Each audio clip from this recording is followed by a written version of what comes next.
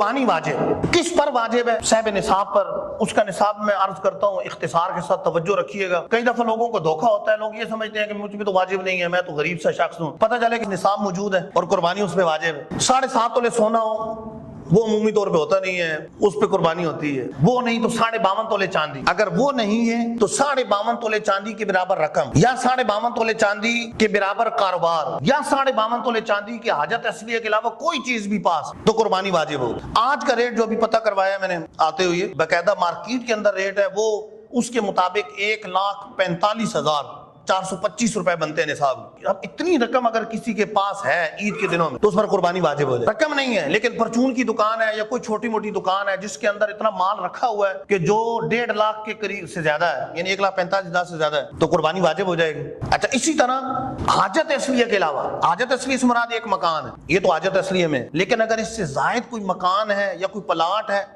उस प्लाट पर भी कुर्बानी वाजिब हो। और प्लाट की कीमत आमतौर पर इतनी कीमत से तो ज्यादा ही होती है। कई दफा ऐसा होता है कि लोग प्लाट लेके रख लेते हैं, चलो बच्चों के काम आएगा, भले बेचने के लिए ना हो, कुर्बानी उस पे वाजिब हो। ज़कात का मसला अलग है, ज़कात में माली नामी होना शर्त है कि वो प्लाट अगर तिजारत के लिए तो उस पर ज़कात होगी, वरना नहीं। लेकिन कुर्बानी के लिए माली नामी होना शर्त नहीं है।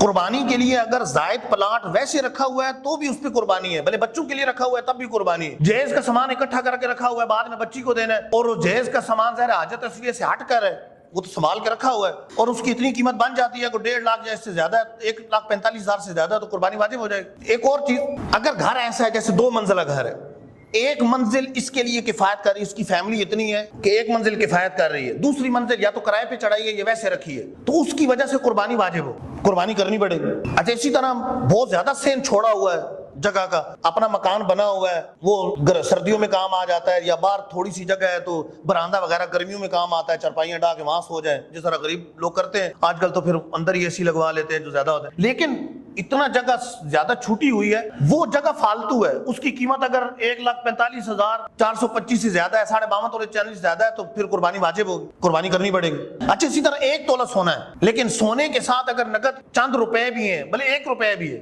जो हाजत असलिया के अलावा, खर्चे के अलावा, मतलब 1 पैसे रखे हुए मौजूद है, तो कुर्बानी वाजिब हो जाएगी। एक तो